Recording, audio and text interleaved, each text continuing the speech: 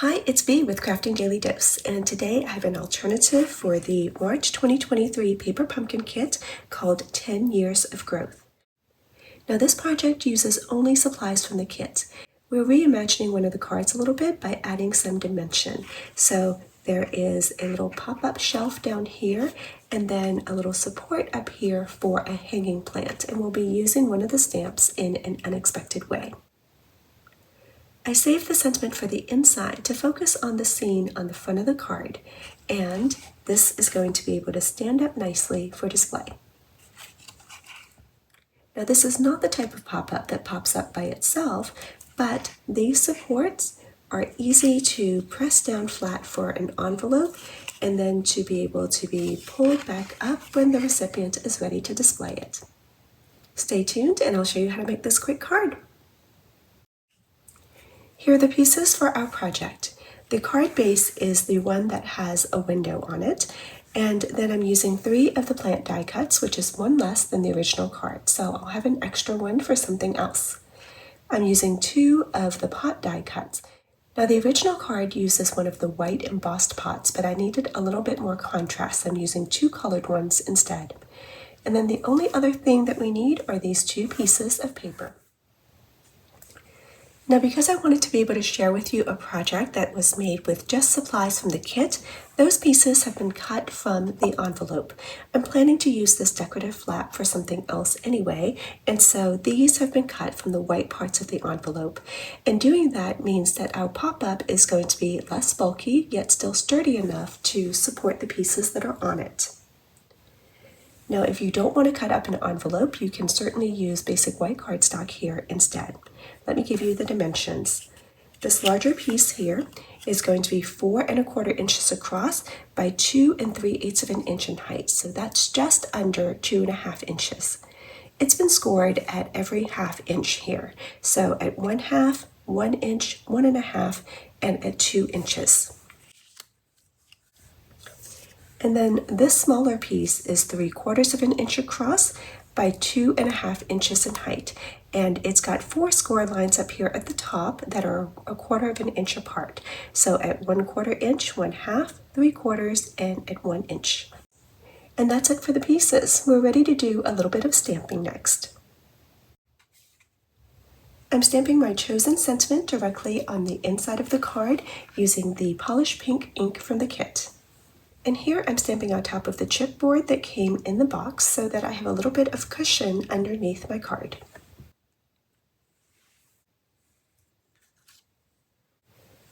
Next, I'm going to stamp on this little piece.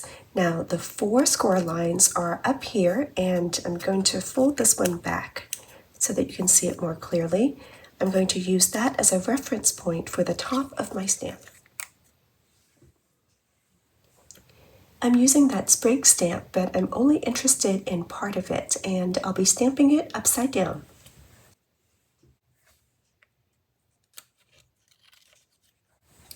So here you can see that it starts right where that fold is. This is a really quick card, so we are already set to assemble. We're going to put together these pop-up supports, beginning with the larger one. Now, all 4 of these are going to be folded as mountain folds away from me. I've already done that and reinforced them, but you can also fold them as valley folds. It doesn't really matter as long as they're all in the same direction. And you can see that after you start to fold them, they are going to naturally want to form this box shape.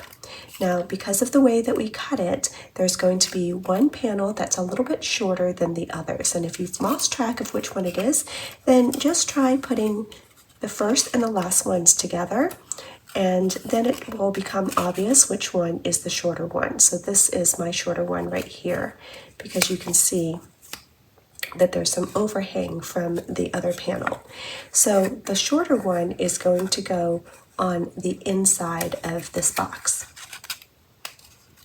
So it will look something like that.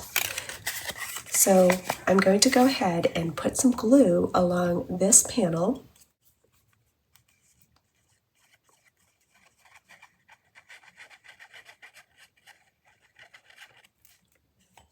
And in order to make my box, I'm going to fold down, not at this crease, but the next one over, so that both of those panels are lying down flat. And then I'm going to fold this last one over on top of the glue. And then that way I know that my little support here is going to be able to fold down completely flat, just like that. When the glue has set, I can pop it back up, and you can see why this is a box support, because it looks just like a box. And that's it for the larger piece. Now the smaller piece is going to be very similar, except only the top part is going to form the box. So all 4 of these score lines are folded as mountain folds, and again, you'd want to reinforce that with your bone folder. And you can begin to see, if you look at it from the side, you can see how that is going to form a box as well. Now, with the cutting measurements, since this is such a small piece, I didn't try to automatically make this top panel shorter, so I'm going to do that now with my snips. So I'm just going to trim off a little bit, and that's just to ensure that it doesn't bunch up in the fold. So again, bringing all of that together, you're going to see that's going to look something like this. Now let's go ahead and put glue on this little panel here, all the way to the crease and all the way to the edges. Fold it down, not at that crease, but the next one over, and then fold the remainder on top. So now we know that our piece can squash down all the way flat and then pop up to form the little box support. Now we'll assemble the plants in the pots. Now this little guy reminds me of an air plant, and it really can kind of go in any direction that you would like. So choose what looks good to you. I think I'm going to put it this way so that part of it is hanging off the sides here. I think that makes it look interesting. So that means that I'll put a little bit of glue on this section here.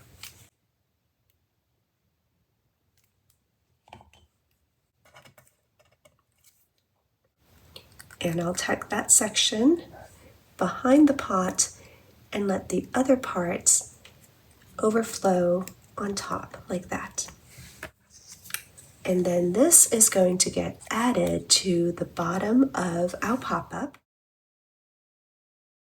In this case, the base of the sprig is going to look like the hanger for this plant. So I'm going to put glue down in this section.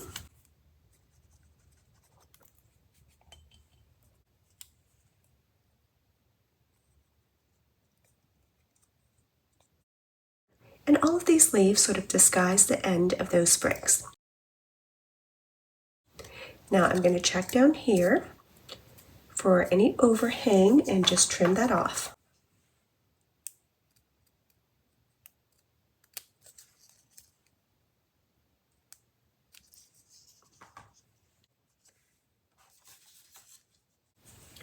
And then this can be added to the front of my card.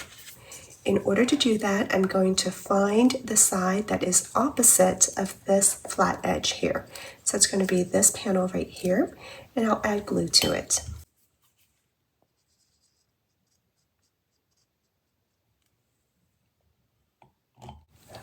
Now I'm going to squash my mechanism down.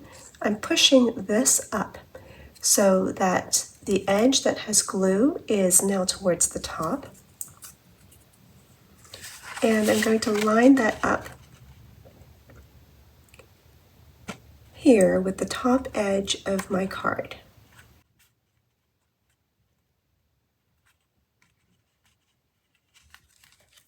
I'll press that down and let that set.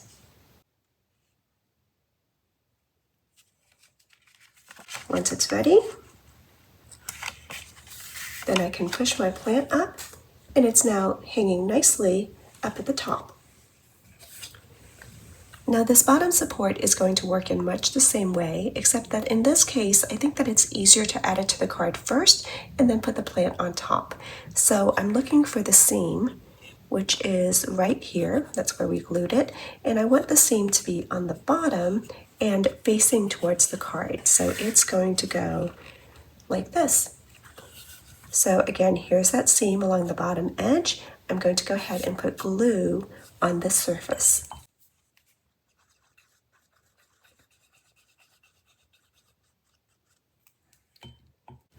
Here I'm going to squash everything down so that the surface with the glue is now towards the bottom, and I'm going to press that up against my card, lining up with the bottom edge.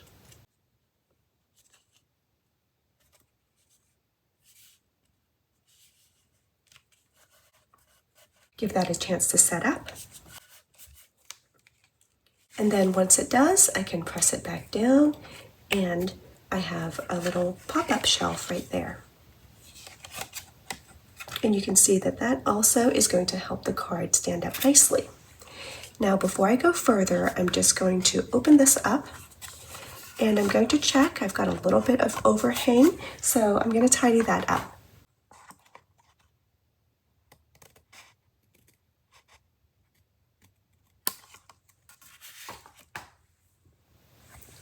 Now I'm going to put my plants into the pot, and I think it looks nice for the one with the gold accent to be towards the front. So I'm going to go ahead and put some glue on this stem right here, and also on the base of these bottom two leaves. And because this is really flexible, I'm going to sort of scrunch up those leaves and then place them down here. That way the leaves don't look like they're spilling off the side of the pot, which would look a little bit odd. So here they're just coming out from the top, which makes more sense. And then I want to layer my other plant behind it, and I still have a chance here to fiddle with it a little bit.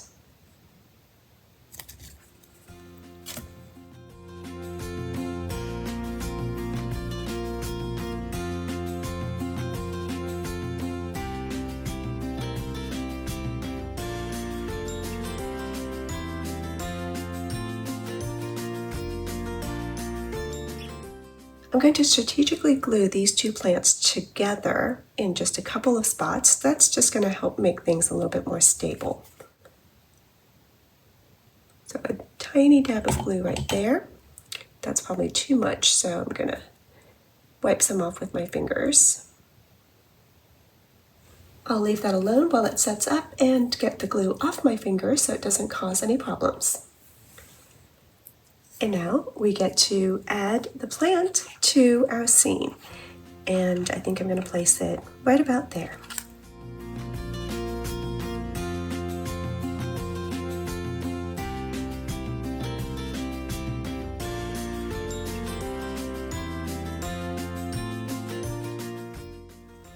There's our finished card. We've got our sentiment on the inside, and then everything can fold down flat to go inside of an envelope, but the recipient can pull it back up. So there's a beautiful scene with lots of dimension, and the card stands up beautifully for display.